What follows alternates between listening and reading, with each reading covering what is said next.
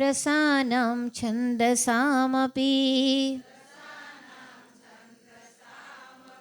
मङ्गलानां च कर्तारो वन्दे वाणी विनायकौ भवानी शङ्करौ वन्दे श्रद्धा विश्वासरूपिणो याभ्यां विना न पश्यन्ति सिद्धा स्वान्तस्थमीश्वरम् वन्दे बोधमयं नित्यं गुरुं शङ्कररूपिणम् यमाश्रितो हि वक्रोऽपि चन्द्रः सर्वत्र वन्द्यते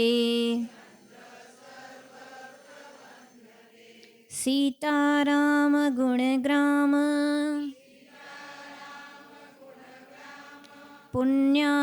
पुण्यारण्यविहारिणो वन्दे विशुद्धविज्ञानो कवीश्वरकपीश्वरो उद्भवस्थितिसंहारकारिणीम्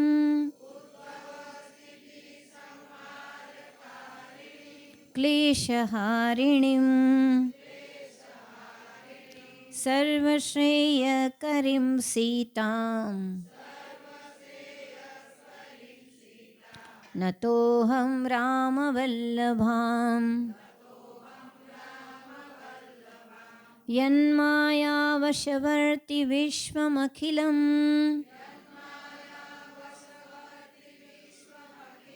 ब्रह्मादिदेवासुरा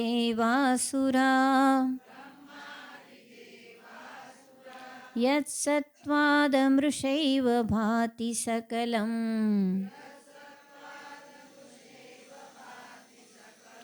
रज्जो यथा हिर्भ्रमः यत्पादप्लवमेकमेव हि भवाम्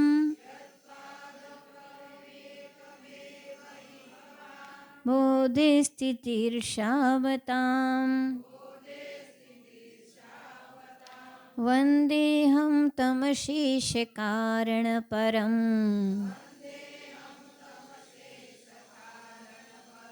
रामाख्यमीशं हरिम्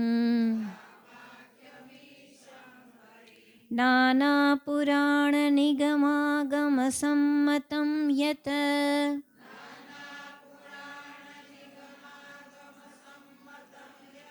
रामायणे निगदितं क्वचिदन्यतोऽपि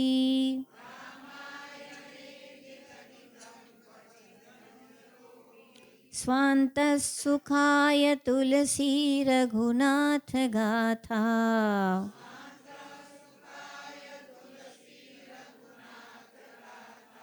भाषानिबन्धमतिमञ्जुलमातनोति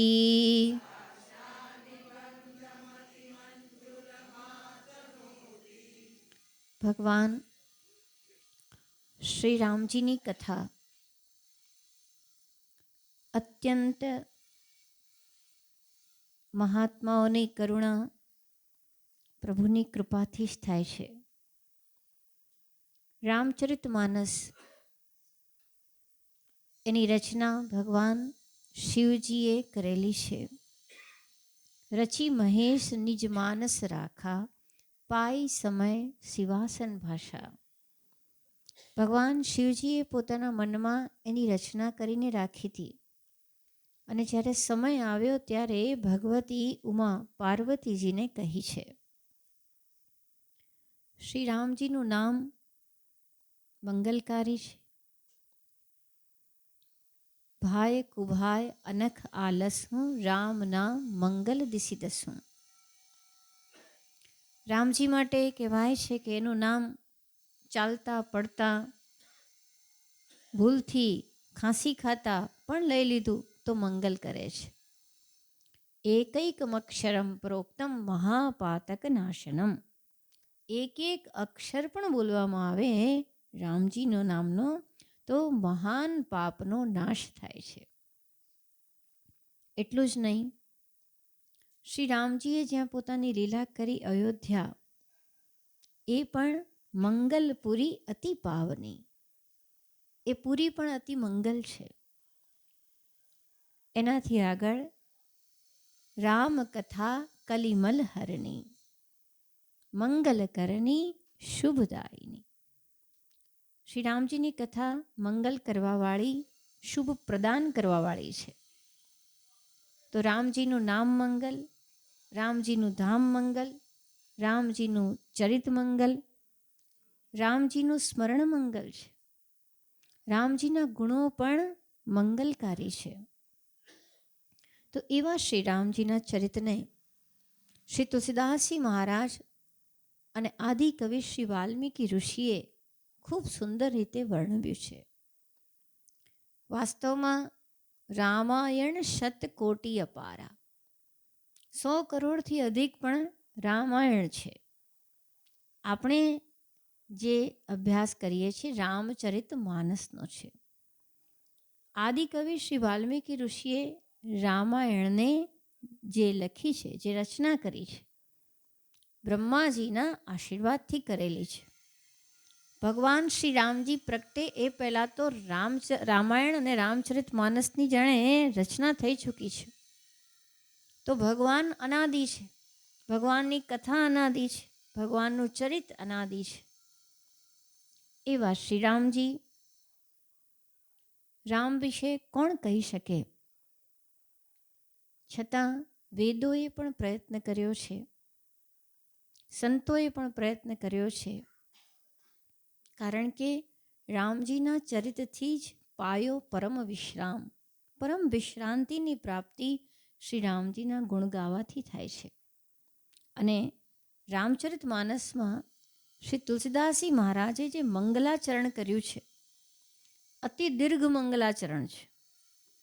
ક્યાંક કોઈ જગ્યાએ હોય, જેમ કે ભાગવતજીમાં એક શ્લોકનું સુંદર મંગલાચરણ છે, જન્માંદસ્ય યતોન્વયાદિ તરતશ્ચાર્થેષ્વભિજ્ઞસ્વરાટ. પણ અહીંયા ઘણા બધા શ્લોક, ઘણી ચોપાઈઓ, સોરઠા સુધી મંગલાચરણ છે. અને મંગલાચરણનો અર્થ છે કે મગ ગતિ અર્થે, જે ગતિના અર્થે વપરાય છે. યાની રામચરિત માનસની અંદર જે પ્રવેશ કરશે એને મંગલતાની પ્રાપ્તિ થશે, એની પ્રગતિ થશે, એની સદગતિ થશે, એને સન્મતિ જરૂર પ્રાપ્ત થશે.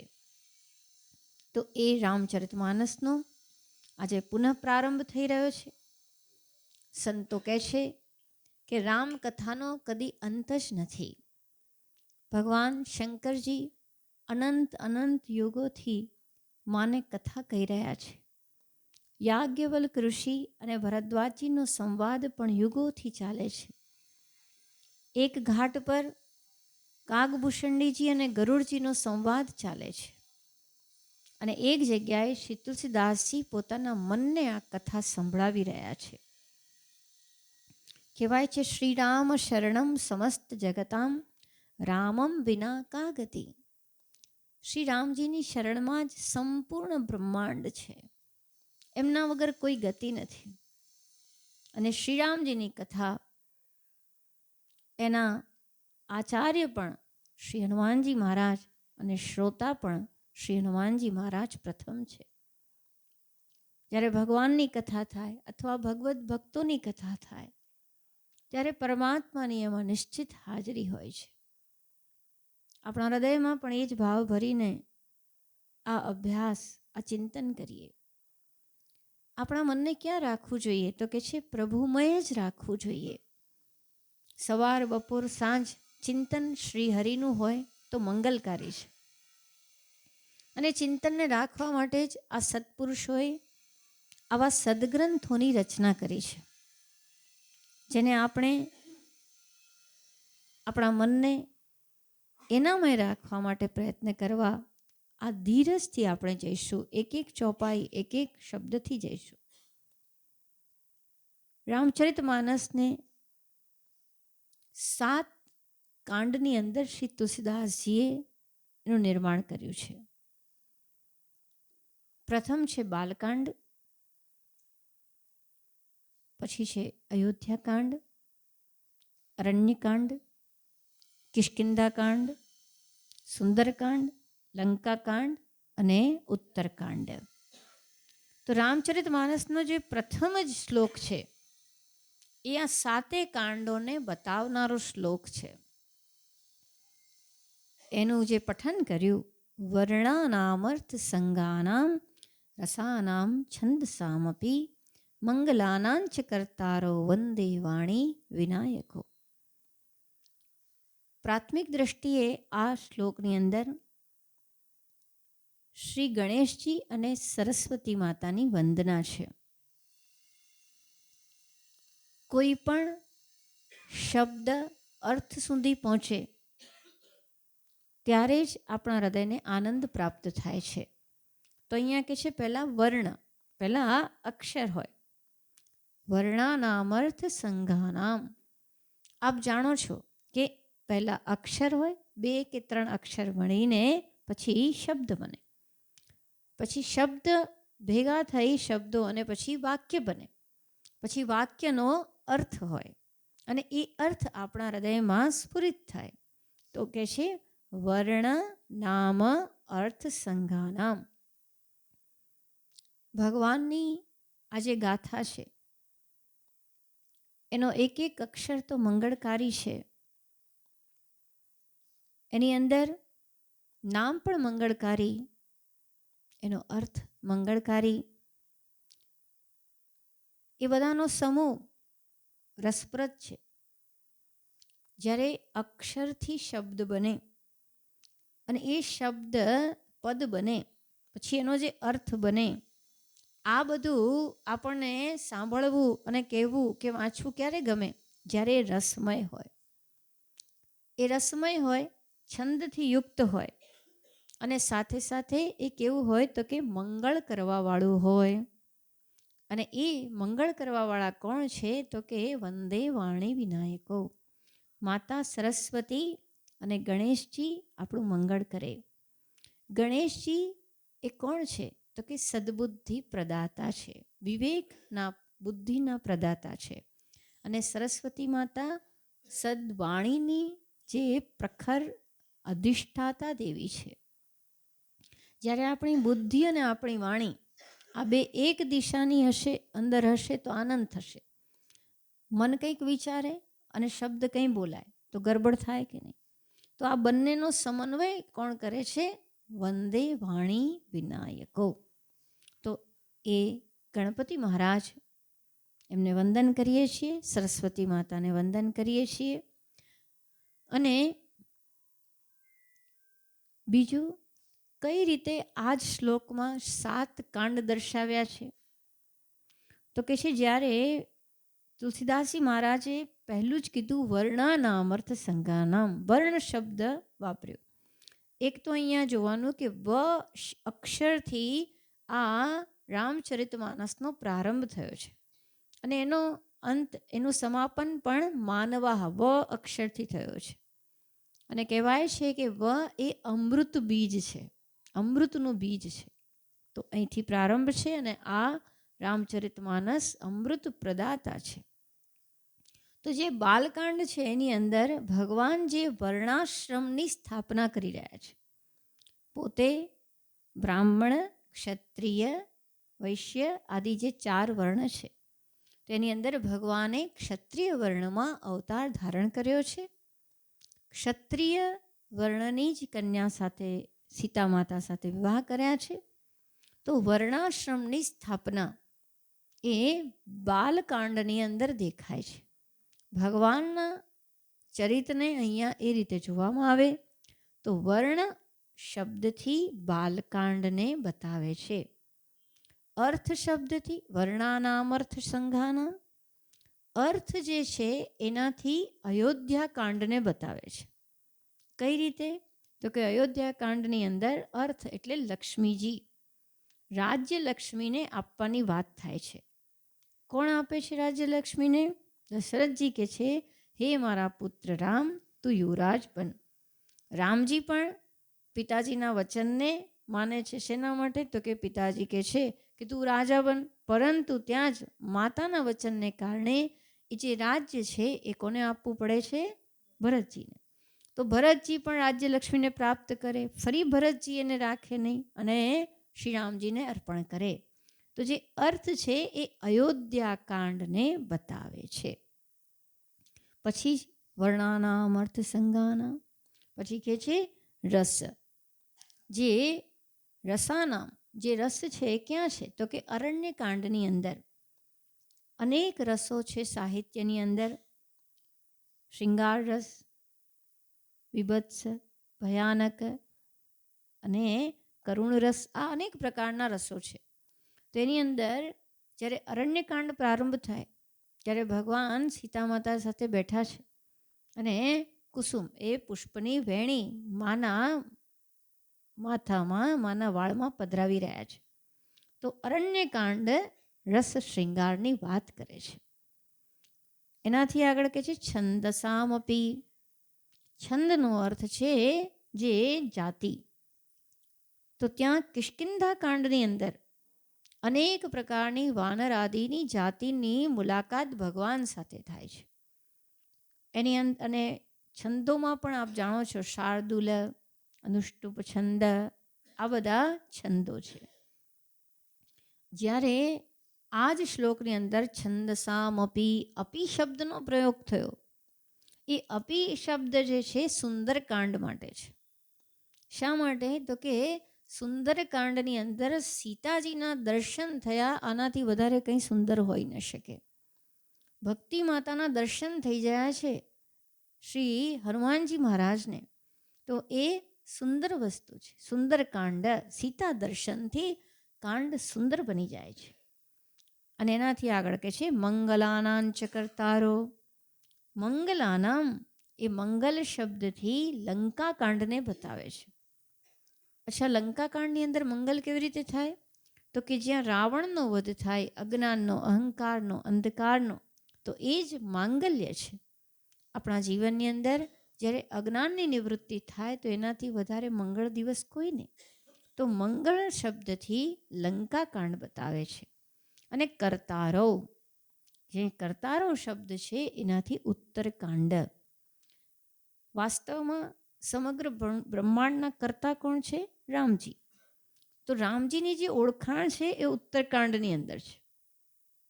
કર્ણમ કારણમ કર્તા વિકર્તા ગહનો ગુહા, આપ જાણો છો ભગવાનના નામોમાં આ બધું કહે છે. તો એનાથી ઉત્તરકાંડ બતાવે છે. આમ એક જ શ્લોકમાં શ્રી તુલસીદાસજી મહારાજે 7 કાંડની વંદના કરી દીધી. ગણેશજી કોણ છે? ઇન્દ્રિયના સ્વામી છે. કાંડની અંદર પણ વંદના થઈ ગઈ, સાથે ગણેશજીનું સ્મરણ થયું અને કહેવાય છે તમામ કાર્યોની અંદર સૌથી પ્રથમ શ્રી ગણેશજીની વંદના કરવામાં આવે છે. ગણેશજી ભગવાન શિવજીના પુત્ર છે, પણ આદિ અનાદિ છે. શિવજીના વિવાહ વખતે પણ ગણેશજીને જ બોલાવવામાં આવે છે. તો ગણેશજી એ અનાદિ ઇન્દ્રિય સ્વામી, જે ઇન્દ્રિય ગણ છે એના સ્વામી ગણેશજી છે, જે આપણી ઇન્દ્રિયોને સન્માર્ગની તરફ પ્રેરિત કરે.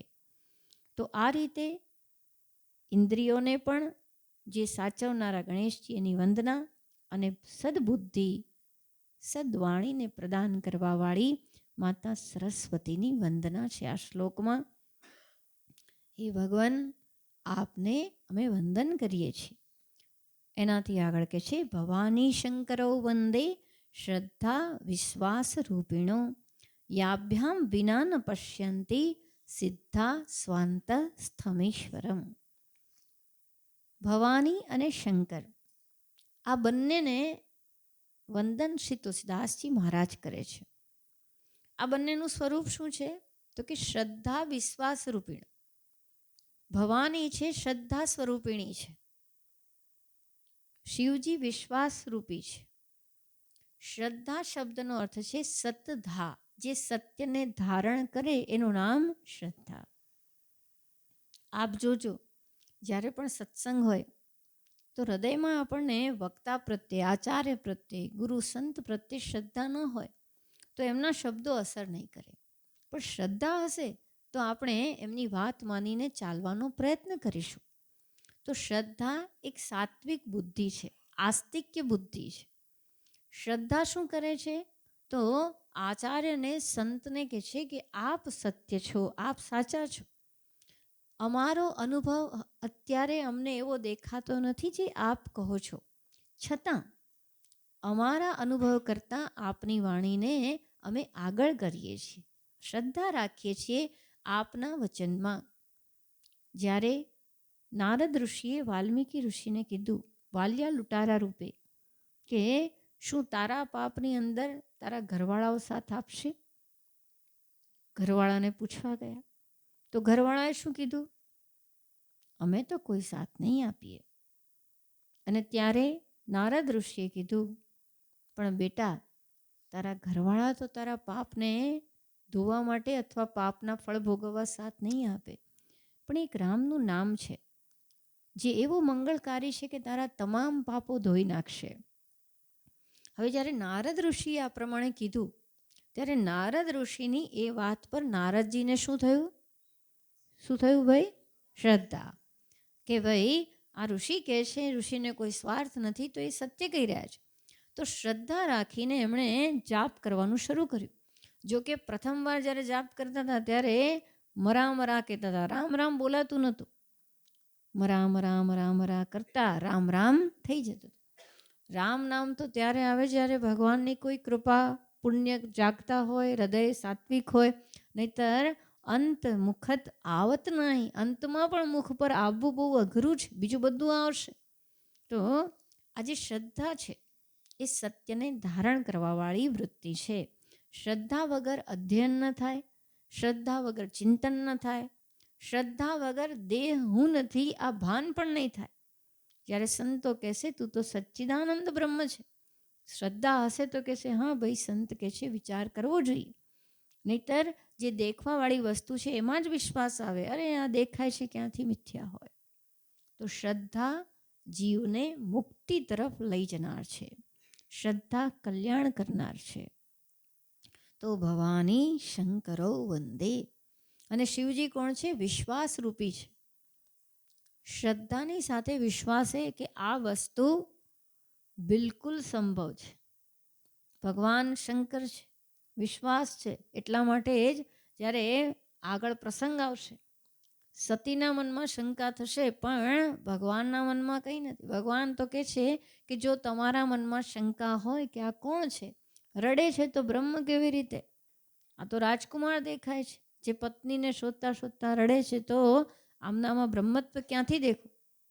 ભગવાન સમજાવે છે પણ માને વિશ્વાસ નથી. તો ભગવાન વિશ્વાસના વૃક્ષ નીચે બેસે છે. માને શંકા થઈ એટલે શોધવા નીકળ્યા છે અને ઘણી લાંબી યાત્રા થઈ ગઈ. તો શિવજી એ વિશ્વાસ છે. હંમેશા ગુરુ પર, શાસ્ત્ર પર, ઈશ્વર પર અને આત્મા પર વિશ્વાસ કરો. એમાંથી કોઈ પણ આપણને અહિતની વાત તરફ નહીં પ્રેરિત કરે, હંમેશા મંગળ તરફ લઈ જશે. ગુરુ પર વિશ્વાસ છે તો નિશ્ચિત આપણે જે વસ્તુમાં 10 વર્ષ લાગે 1 વર્ષમાં પાર કરી દઈશું. કેમ? યાત્રા સુગમ થઈ જશે. તો કે છે ગુરુ પર વિશ્વાસ રાખો, શ્રદ્ધા રાખો, શાસ્ત્ર પર શ્રદ્ધા રાખો. શાસ્ત્ર જે કે છે 100% છે. ક્યારેય પણ શાસ્ત્ર વચન ખોટું ન હોય. શાસ્ત્ર હંમેશા સત્ય કહે છે. વેદોની અંદર એવું કહેવાય છે એક માત્રા પણ ખોટી લગાડતા નથી. માત્રા પણ હશે તો યોગ્ય જ હશે. ઈશ્વરના વચનમાં શ્રદ્ધા કરો.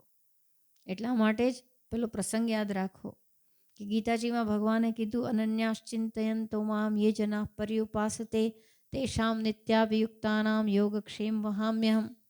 અને પેલા પંડિતજી રોજ ગીતાજીનો પાઠ કરે અને ઘરમાં તો ગરીબી એવી કે કંઈ મળે નહીં ખાવા પીવાનું. અને ત્યારે એ પોતે ગંગાજીના કિનારે ગયા અને વાંચતા વાંચતા એમના આંખમાંથી આંસુ નીકળ્યા કે ભગવાન તો કહે છે કે જે મારું અનન્ય ભાવે ચિંતન કરે એના યોગક્ષેમ હું વહન કરું છું, પણ મારા ઘરે તો કેટલાય દિવસથી ખાવા પણ છે નહીં. અને એ જ્યારે જોયું ત્યારે ગીતાજીના એ 9મા અધ્યાયના શ્લોકની નીચે એમણે શું કર્યું? લાલ લીટી કરી દીધી. અને આ બાજુ શું બન્યું? પેલી બ્રાહ્મણની પત્ની, એમને ત્યાં નાનકડો શામળો બાળક એક ગાડું ભરીને અનાજ લઈને આવ્યો અને એણે ગોરાણીજીને કીધું કે ગુરુજી આ બધું મોકલ્યું છે. અને જ્યારે ગોરાણીજીએ જોયું કે પેલું નાનું બાળક છે એના મુખ પર થપ્પડના નિશાન છે, ત્યારે ગોરાણીજીએ શું કીધું? બેટા આટલું સુંદર ને આટલું નાનું બાળક એને કેમ માર્યું? તો કે ગુરુજીએ માર્યું છે. તો કે આવવા દો ગુરુજીને. બેટા તું જમીને તો જા. ના ના, ગુરુજી આવશે પછી જોઈશું. પેલું બાળક જતું રહ્યું. અને જ્યારે પંડિતજી પાછા ઘરે આવ્યા અને જુએ છે તો રસોઈ તૈયાર છે. તો કે ગોરાણીજી શી વ્યવસ્થા કઈ રીતે થઈ? ત્યારે કહે છે તમે જ તો મોકલ્યો તો પેલો નાનો બાળક. તો કે મેં તો કોઈને નથી મોકલ્યો. તો કે મોકલ્યો એટલું જ નહીં, તમે એને લાફો માર્યો હતો. ત્યારે પંડિતજીને યાદ આવ્યું કે ભગવાનના મુખ પર, ભગવાનનું વચન છે ગીતાજી, અને મેં ભગવાનના મુખ પર લાફો માર્યો. ભગવાને કીધું તું યોગ ક્ષેમ વહામ્યહમ, તો નિશ્ચિત છે એમણે પોતે વહન કર્યું છે. તો ભગવાનના વચનોમાં વિશ્વાસ રાખો. ગુરુમાં શ્રદ્ધા વિશ્વાસ, ઈશ્વરમાં શ્રદ્ધા વિશ્વાસ, શાસ્ત્રમાં અને આત્મામાં. જ્યારે આપણો અંતરાત્મા કોઈ વસ્તુનું પ્રમાણ દેતો હોય તો એના વિરુદ્ધમાં જવું એ હિતકારી હોતું નથી. તો ભગવાન કે છે અહીંયા તુલસીદાસજી મહારાજ, ભવાની શંકરો વંદે શ્રદ્ધા વિશ્વાસ રૂપિણો, યાભ્યામ વિના ન પશ્યંતી સિદ્ધા સ્વાંતસ્થમીશ્વરમ. શ્રદ્ધા અને વિશ્વાસ વગર, પાર્વતીજી અને શિવજી વગર ક્યાંય કોઈ હૃદયને સિદ્ધિ મળે એવું શક્ય નથી. વ્યક્તિનું પહેલું જ પગથિયું શ્રદ્ધા છે. તો શ્રદ્ધાથી શ્રવણ કરો. તુલસીદાસજી મહારાજે આ રચના કરી છે, જ્યાં આજે બાલકાંડના પ્રથમ શ્લોકથી વાત થઈ છે. તો શ્રદ્ધા કરજો કે જ્યારે સપ્તકાંડ થશે જ્યારે તુલસીદાસજી કે છે પાયો પરમ વિશ્રામ, જો આપણે એમની સાથે સાથે ચાલશું તો આપણે પણ વિશ્રામની પ્રાપ્તિ કરીશું. જે ભવોભવના બંધન છે એનાથી મુક્તિનો અનુભવ કરીશું. એ શ્રદ્ધા રાખજો, એ વિશ્વાસ રાખજો. હવે કે છે વંદે બોધમયમ નિત્યમ ગુરુમ શંકર રૂપિણમ, યમાશ્રિતો હિ વક્રોપી ચંદ્ર સર્વત્ર વંદ્યતે. ભગવાન શંકર વંદે બોધમયમ નિત્યમ. શિવજીનો બોધ કેવો છે? તો કે નિત્ય છે. ભગવાન શંકર જ્ઞાન સ્વરૂપ છે. જ્ઞાન માટે એમની જ આરાધના કરવામાં આવે છે. જ્યારે બાળકો ભણવામાં મન ન લગાડતા હોય ત્યારે સંતો કહેતા હોય છે ઓમ ઈશાનાય નમઃ, ભગવાન શિવજીની આરાધના કરો, મંત્ર જાપ કરો. ભગવાન શંકર વિદ્યા પ્રદાતા છે, બ્રહ્મ વિદ્યા પ્રદાતારમ. એવા શિવજી દક્ષિણામૂર્તિ સ્વરૂપ છે, સદા જ્ઞાન છે. એટલે જ જ્ઞાનની ગંગા એમના મસ્તક પર, જ્ઞાનચંદ્ર પણ એમના મસ્તક પર છે. વંદે બોધમયમ નિત્યમ એટલે એક ક્ષણ પણ એમનો બોધ, એમનું જ્ઞાન એમનાથી દૂર નથી. એ જ્ઞાન સ્વરૂપ છે, સચ્ચિદાનંદ ઘન સ્વરૂપ છે. વંદે બોધમયમ નિત્યમ ગુરુમ શંકર રૂપિણમ. તુલસીદાસજી મહારાજ કે છે કે આ જ્ઞાનમય નિત્ય મારા શિવજી એ મારા ગુરુ સ્વરૂપ છે. ગુરુ શબ્દનો અર્થ છે જે અંધકારથી ઉજાસ તરફ લઈ જાય. અસત્યો માહેથી પ્રભુ પરમ સત્યે તું લઈ જા, ઊંડા અંધારેથી પ્રભુ પરમ તેજે તું લઈ જા. શિવજી કોણ છે? જે આપણને પ્રકાશ તરફ લઈ જાય છે, જ્ઞાન તરફ લઈ જાય છે, જે આપણને મુક્તિ તરફ લઈ જાય છે, જે પરમાત્માના સ્વરૂપનું દર્શન કરાવે છે. શંકર રૂપિણ શિવજી. શિવજી જ્યારે એમની મહિમાનું ગાન થાય, આપણે જાણીએ છીએ શિવજી નિરાકાર પણ છે, શિવજી સાકાર પણ છે. જ્યારે શિવજીની વાત થાય તો આપણા હૃદયમાં એક સગુણ સ્વરૂપ જાણે ઉભરાઈને આવે. સ્મશાને શ્વા ક્રીડા સ્મરહર પિશાચા સહચરા સ્થિતાભસ્માલેપ સૃગપિનૃકરોટી પરિકર અમંગલ્યમ શિવમ તવ ભવતુ નામૈવ અખિલમ. ભગવાન, આપ શું પહેરો છો? ખોપડીઓની માળા. આપ શેના શ્રૃંગાર કરો છો? તો ભસ્મના શ્રૃંગાર કરો છો. હે ભગવાન, આપના કંઠમાં શું છે? તો કે એક તો ઝેર પીધાલાનું નિશાન છે, નીલકંઠ છે. અને પાછા શું ધારણ કરો છો? કાળ સર્પને ધારણ કરો છો. હે ભગવાન, આપે વ્યાગ્ર અંબર ધારણ કર્યું છે. આપ દિગંબર છો, દિશાઓ જ આપના વસ્ત્ર છે. એવા શિવજી પોતાના વ્યવહારથી, પોતાના સ્વરૂપથી, પોતાના સગુણ સ્વરૂપથી પણ સતત જ્ઞાન પ્રદાન કરે છે. ભગવાન જ્યારે રાખની વિભૂતિ પોતાના મસ્તકે લગાવે તો કે અંતે રાખ એટલું મનમાં રાખ. બધું જ ભસ્મ થવાનું છે. ભગવાન આ વસ્તુને નિરંતર જુએ છે. સ્મશાને શ્વા ક્રીડા. સ્મશાનમાં સમશાન, જેની શાન કેવી છે, જેની બુદ્ધિ કેવી છે, સમ છે. ભગવાન ખોપડીઓની માળા પહેરે છે. એ કથા તો આપને ખબર જ છે કે ભગવતી સતી જેટલા યુગોની અંદર જેટલા શરીર ત્યાગે, એમની જ ખોપડી ભગવાન કંઠમાં એમના પ્રેમને ધારણ કરે છે. ભગવાન શિવજી પ્રેમ સ્વરૂપ છે, જ્ઞાન સ્વરૂપ છે, વિદ્યા સ્વરૂપ છે. એવા શિવજી નિરંતર કાળરૂપી સર્પને કંઠમાં રાખે, અર્થાત કાળોના પણ કાળ મહાકાલ છે. ભગવાન શિવજીની શરણે જવાથી ક્યારેય કોઈને ભય ન લાગે, એ મહાકાલ છે. એવા શિવજી જેનું જ્ઞાન નિત્ય છે. ગુરુમ શંકર રૂપિણમ યમાશ્રિતો હિ વક્રોપી ચંદ્ર સર્વત્ર વંદ્યતે. જેમના આશ્રય કોણ રહે છે? ચંદ્રમા. ચંદ્રમા કેવો છે? વાંકો છે. ચંદ્રમા વાંકો છે અને છતાં વંદનીય થયો. કેમ? કારણ કે શિવજીના શીશ પર છે. ગમે તેટલા અવગુણ હોય પણ એકવાર ભગવાનના થઈ જઈએ ને તો પછી ભગવાન આપણને ગુણવાન બનાવી જ દે છે. વિભીષણજી રાક્ષસ જાતિના હોવા છતાં જ્યારે શરણે ગયા, વિભીષણની અંદર હૃદયમાં ધર્મ છે, લંકામાં રહે છે, પણ ભગવાને એમને લંકેશ બનાવી દીધા અને પોતાના પરમ મિત્ર બનાવી દીધા. યમાશ્રિતો હિ વક્રોપી. સુગ્રીવ રામજીની શરણે આવ્યા. જ્યાં શરણે આવ્યા ભગવાને એમને ક્યાંના ક્યાં કિષ્કિંધાના રાજા બનાવ્યા, સાથે પરમ મિત્રની પદવી આપી દીધી. તો ભગવાનની શરણે જવાથી નિશ્ચિત કલ્યાણ છે. ચંદ્રમા વાંકો. ચંદ્રમામાં દોષ શું છે? તો કે એક તો ચંદ્રમાને કલંક છે. એક પક્ષમાં વધે ને એક પક્ષમાં ઘટે છે. ચંદ્રમાની અંદર શું વાત છે? તો કે સૂર્યાસ્ત થાય પછી ચંદ્રનો ઉદય થાય. જે પોતાના મૂળ મિત્ર, જેમને ખરેખર પ્રકાશિત કરે છે, એમના અસ્તથી ઉદય થાય, એવો અવગુણ હોવા છતાં જ્યારે શિવજીની શરણે ગયા તો એ કલ્યાણમય છે. તો કે છે બધાએ શિવજીને વંદન કરે અને એની સાથે સાથે ચંદ્રમાને પણ વંદન કરે છે. તો યમાશ્રિતો હિ વક્રોપી. વાંકો ચંદ્રમા પણ સર્વત્ર વંદનને પ્રાપ્ત કરે છે. એવા શિવજીને અમે નમન કરીએ છીએ. શ્રી તુલસીદાસજી મહારાજ એનાથી આગળ નમન કરે છે. સીતારામ ગુણગ્રામ પુણ્ય અરણ્ય વિહારિણો વંદે વિશુદ્ધ વિજ્ઞાનો કવિશ્વર કપીશ્વરો. અહીંયા બેઉની વંદના છે, શ્રી વાલ્મીકી મુનિ અને શ્રી હનુમાનજી મહારાજ. સીતારામ ગુણગ્રામ પુણ્યારણ્ય વિહારિણો. શ્રી સીતારામજીના ગુણ સમૂહરૂપી પવિત્ર વનમાં જે વિહાર કરે છે. શ્રી હનુમાનજીના મનમાં કોણ હોય? સીતારામ. વાણીમાં કોણ હોય?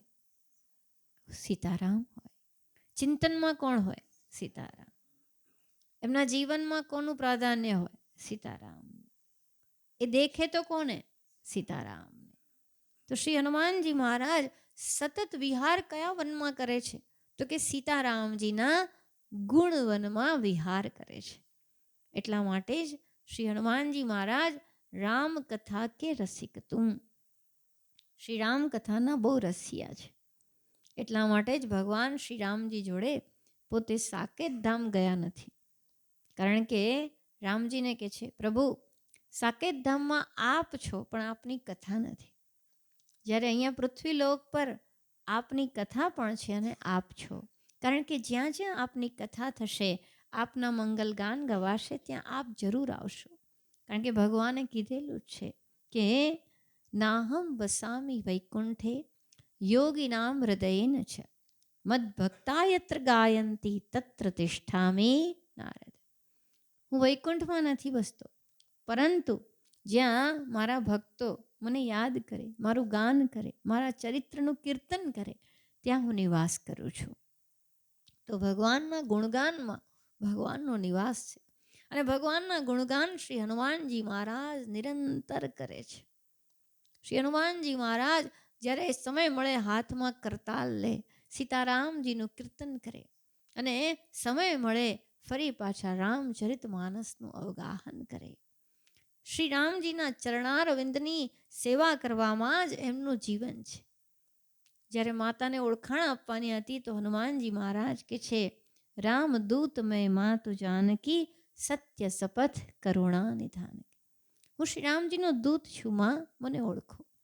સત્ય શપથ કરુણા નિધાન. આ કરુણા નિધાનની હું સાચે જ શપથ ખાઉં છું કે હું એમનો દૂત છું. એવું કહેવાય છે કે એક વખત શ્રી સીતા માતા શ્રી હનુમાનજી બેઠા છે સામે, માં શૃંગાર કરે છે. હનુમાનજી કહે છે, માં આ તમે બધું જ કરો છો બરોબર, આ માથામાં શું પૂર્યું છે? તો સીતાજી કહે છે, બેટા મેં સિંદૂર પૂર્યું છે. માં શેના માટે પૂર્યું છે? તો કે રામજીના માંગલ્ય માટે, શ્રી રામજીનું મંગળ થાય, એમને કષ્ટ ન થાય, કલ્યાણની ભાવનાથી. તો કે માં તને એટલો પ્રેમ છે, તું આ માંગમાં પૂરે છે એટલા માટે, રામજી માટે? હાજી રામજી માટે. તો માં હું તો આખા શરીરે મંગલતાની પ્રાર્થના કરીને બધે સિંદૂર લગાવી દીધું. રામજીનું ખાલી અહીંયાથી નહીં, અહીંયાથી તમામ જગ્યાએ આખા મંગલતાની ભાવના જ શ્રી હનુમાનજી મહારાજ છે. અને સુંદરકાંડની અંદર એમના પરાક્રમનું વર્ણન આવશે, એક એક પરાક્રમ કરશે. શ્રી હનુમાનજી મહારાજ ભક્તિની ખોજ કરે છે અને સમુદ્રની પાર જાય છે. સમુદ્રની પાર જવું એટલે દેહાભિમાનને ઓળંગીને કેવળ હનુમાનજી ગયા છે. અતિ દુર્લભ કાર્ય કરે છે શ્રી હનુમાનજી. એમના ચરણારવિંદની વંદના કરવાથી આપણને પણ શ્રી રામજીની ભક્તિ પ્રાપ્ત થાય છે, શ્રી હનુમાનજીની શ્રદ્ધા પ્રાપ્ત થાય છે. અને કે છે વંદે વિશુદ્ધ વિજ્ઞાનો, જેનામાં વિશુદ્ધ વિજ્ઞાન છે. કોણ છે? એક તો હનુમાનજી મહારાજ અને એક શ્રી વાલ્મીકીજી મહારાજ. એવું કહેવાય છે, કલિકુટિલ જીવ નિસ્તાર હિત વાલ્મીકી તુલસી ભયો. કલિકુટિલ, જે કલયુગ છે બહુ કુટિલ યુગ છે. અહીંયા કલહ છે, એકબીજાની તારા મારામાં જ બધાનું જીવન પૂરું થઈ જાય છે. તો ત્યાં રાગ, દ્વેષ, અભિમાન આદિ અનેક દોષો પ્રગટ થાય છે. પણ એ કળિયુગના દોષોને પાર કરવા માટે કોણ અવતાર ધારણ કરે છે? વાલ્મીકી જ તુલસીદાસ બનીને પધારે છે. શ્રી તુલસીદાસજી મહારાજ પહેલા સંસ્કૃતમાં રામચરિત માનસની રચના કરતા હતા. પણ રચના કરે અને આખી રચના કરે, સાંજ સુધી રાત્રે ખબર નહીં એ બધી ક્યાં ઉડી જાય, એ કાગળિયાનું શું થાય જ ખબર ન પડે. આવું કેટલાય સમય સુધી ચાલ્યું કે સંસ્કૃત શ્લોકો બને અને ટકે નહીં. અને ત્યારે ભગવાન શિવજીએ એમને આદેશ આપ્યો કે બેટા તું સંસ્કૃત ભાષામાં નહીં, તું અવધ લૌકિક ભાષામાં રામચરિત માનસની રચના કર, જેથી એને દરેક જણા એને સમજી શકે, એને ગાઈ શકે, એને હૃદયમાં ધારણ કરી શકે.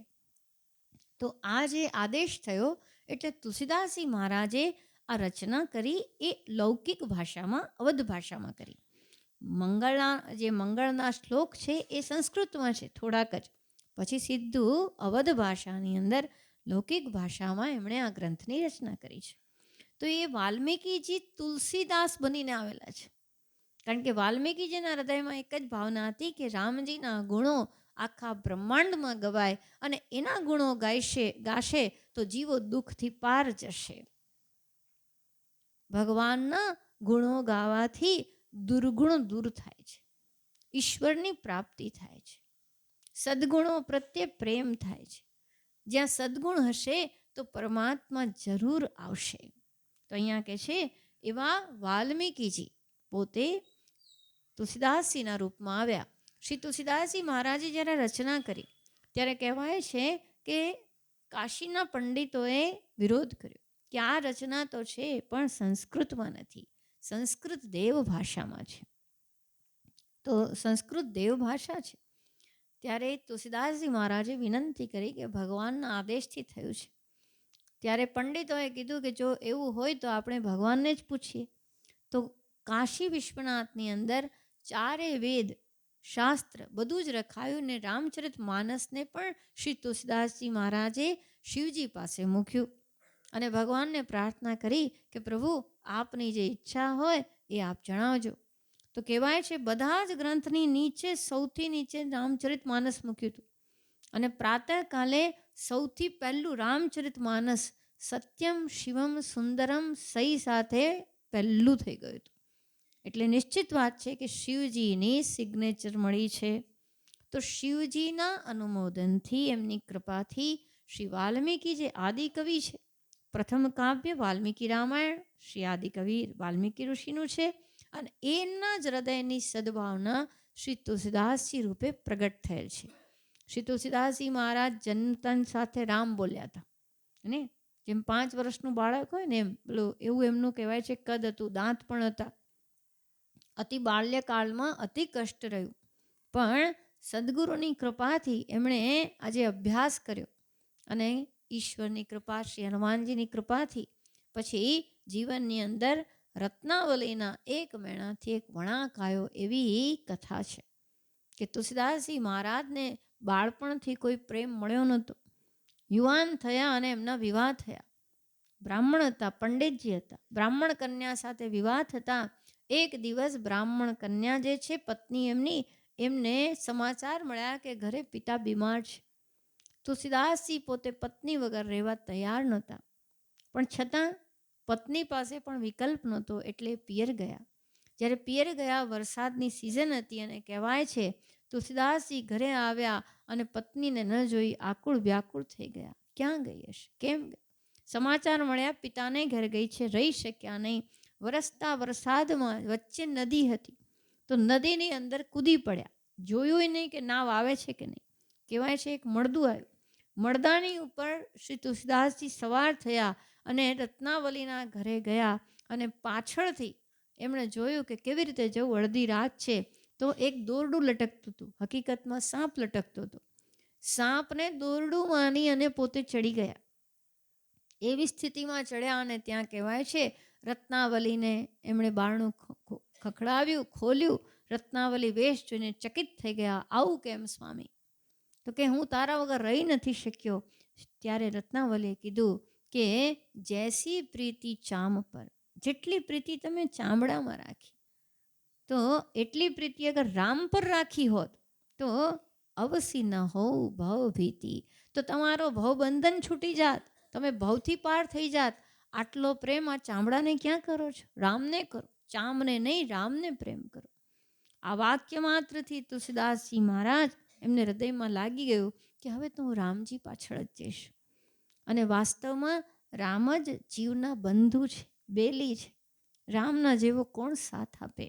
તો શ્રીરામજીના પ્રેમની અંદર મગ્ન થઈને તુલસીદાસજી મહારાજે આજે રામચરિત માનસ છે એ કે છે અયોધ્યાની અંદર એમણે રચના કરી હતી. 1631ની અંદર આગળ આવશે જ. પછી એમનું જીવન સિર્ફ રામમય રહ્યું છે, રામજીના આધારે રહ્યું છે. અને શ્રી તુલસીદાસજી મહારાજના જીવન દરમિયાન અનેક ચમત્કાર પ્રગટ થયા છે. કોઈ બીમારને એમણે સાજા કર્યા, કોઈ મૃતને પણ એમણે સજીવન કર્યો છે. એવું કહેવાય છે શ્રી તુલસીદાસજી મહારાજ પોતાની કુટીરમાં રામ રામ કરતા બેઠા હતા. એ સમયે એક સતી નારી જેમના પતિ શાંત થયા હતા એમને લઈને એમના કુટુંબીજનો જતા હતા. હકીકતમાં એમને સતી કરવા લઈ જતા હતા. એ દીકરીને થયું કે આ સંત છે તો હું પ્રણામ કરું. પ્રણામ કરવા આવ્યા અને શ્રી તુલસીદાસજી મહારાજે આશીર્વાદ આપ્યા અખંડ સૌભાગ્યવતી. જ્યાં અખંડ સૌભાગ્યવતી આશીર્વાદ આપ્યા ત્યારે એ દીકરી રડતા રડતા કહે છે બાપજી આશીર્વાદને શું કરું? પતિદેવ શાંત થયા. હું તો પ્રણામ કરવા આવી હતી આખરી. ત્યારે તુલસીદાસજી મહારાજ કે છે, રામજી મારા મુખથી કદી અસત્ય ન બોલાવે, દેવી રામજી કૃપા કરશે. અને શ્રી તુલસીદાસજી મહારાજે રામનું નામ લઈને એ મૃત પતિને સજીવન કરેલ. એવા અનેક ચમત્કારોથી ભરપૂર શ્રી તુલસીદાસજી મહારાજનું જીવન રહ્યું. પણ એ બધા ચમત્કારો શ્રી રામજીના નામે એમની ભક્તિથી થયા. તુલસીદાસજી મહારાજ કે છે, હું ચમત્કાર નથી કરતો, મને તો રામજી પ્રત્યે જે પ્રેમ છે, રામજી જ મારા રખવાળા છે, રામજી જ મારા વચનનું પાલન કરાવે છે. તો એવા શ્રી તુલસીદાસજી મહારાજ જેઓ વાલ્મીકી ઋષિના જ અવતાર ગણાય છે, એમને વંદન સ્વયં તુલસીદાસજી મહારાજ કરે છે. વાલ્મીકી ઋષિ અને હનુમાનજીને વંદન કરે છે. અને વાલ્મીકી ઋષિના જ પોતે અવતાર, પણ હાલ એમના હૃદયમાં અપાર પ્રેમ છે. કોના પ્રત્યે? રામજી પ્રત્યે અને રામાયણ પ્રત્યે. કારણ કે રામચરિતમાનસનું મૂળ પણ વાલ્મીકી રામાયણ છે. આનાથી આગળ વંદન કરે છે, ઉદ્ભવ સ્થિતિ સંહારકારિણીમ ક્લેશહારિણીમ સર્વશ્રેય કરીમ સીતામ નતોહમ રામ વલ્લભામ. જે સીતા માતા છે એમની વંદના થાય છે. જો એક એક વંદના કેટલી છે, કેટલા જણની વંદના કરે? પેલા ગણેશજીની, સરસ્વતી માતાની, પછી શિવજીની, પાર્વતીજીની, પછી જ્ઞાન સ્વરૂપ ગુરુજીની, અહીંયા વાલ્મીકીજીની, શ્રી હનુમાનજી મહારાજની, અને હવે સીતા માતાની વંદના કરે છે. શું કહે છે? ઉદ્ભવ સ્થિતિ સંહારકારિણી. જે જગતનો ઉદ્ભવ કરે છે, ઉત્પન્ન કરે છે, એની સ્થિતિ કરે છે, શક્તિ સિવાય આ થાય નહીં. જે સંસારનો સંહાર પણ કરે છે, એવી સીતા માતા જગતજનનીમાં પરાંબા. એવું કહે છે ને, જનક સુતા જગજનની જાનકી અતિશય પ્રિય કરુણા નિદાનકી તાકે જુગપદ કમલ નમાવં જાસુ કૃપા નિર્મલ મતિ પાવં. આ માનસ ગાયત્રી છે, જેને આપણે જીવનમાં દિવસમાં જો વધારે બોલીએ તો આપણું મન પવિત્ર થઈ જાય. તો જે માતા આ ત્રણેય કરનારી છે, તો કે જે ક્લેશહારિણી, જીવનના જેટલા ક્લેશ છે, અવિદ્યા, અસ્મિતા, રાગ, દ્વેષ, અભિનિવેશ. અવિદ્યાનો અર્થ છે અજ્ઞાન, પોતાનો અહંભાવ, કોઈ વ્યક્તિ વસ્તુ પ્રત્યે પકડ રાગ, અને કોઈ વ્યક્તિ વસ્તુ પ્રત્યે અતિશય અણગમો દ્વેષ, તો અને શરીરમાં અહંભાવ. આ જે ક્લેશો છે, મૃત્યુનો ભય, અભિનિવેશ, એ ક્લેશ છે. આ ક્લેશને હરવાવાળી સીતા માતા છે. સર્વશ્રેય કરીમ સીતામ, જે તમામનું કલ્યાણ કરવાવાળા છે એવા સીતા માતા. હવે જુઓ, અહીંયા આ બધું વર્ણવ્યું કે આ સીતા માતા આટલું કરી શકે, પણ નમન ક્યારે કરે છે? નતોહમ રામ વલ્લભામ. હે સીતા માતા, જે આપ શ્રી રામજીની પ્રાણ વલ્લભા છો, પ્રિય છો, અમે આપને વંદન કરીએ છીએ. સીતા માતા કોણ છે? ભગવાનની આહલાદિની શક્તિ, ચિન્મય શક્તિ, પ્રેમ શક્તિ, જ્ઞાન શક્તિ, જે ભક્તિ સ્વરૂપિણી છે, જે વિદ્યાશક્તિ છે. સંપૂર્ણ રીતે શ્રી રામજીના હૃદયની અંદર જેમનો એકાધિકાર શ્રી સીતા માતા છે. પ્રાણવલ્લભા એવી સીતા માતા, અમને આપના ચરણારવિંદની નિર્મલ નિશ્ચલ ભક્તિ પ્રદાન કરો, એમ કહીને સીતા માતાની વંદના કરી છે. સીતા માતા જેમનો અવતાર ધરતીમાંથી થયો હતો, ધરતીમાંથી અવતાર થયો હતો ને ધરતીમાં જ માં સમાઈ ગયા હતા. જેમણે જીવનની અંદર તપસ્યા અને ત્યાગનું પવિત્ર ચરિત્ર પ્રગટ કર્યું છે. સીતા માતાએ કેવી રીતે સતી નારીએ રહેવું જોઈએ એનું પ્રમાણ આપ્યું છે. એવા સીતા માતાની વંદના કરી છે. અને એનાથી આગળ હવે ભગવાન શ્રી રામજીના સ્વરૂપનું વર્ણન તુલસીદાસજી મહારાજ કરે છે. પણ એ વર્ણન આપણે આવતા વખતે કરીશું. શ્રી રામ જય રામ જય જય રામ. શ્રી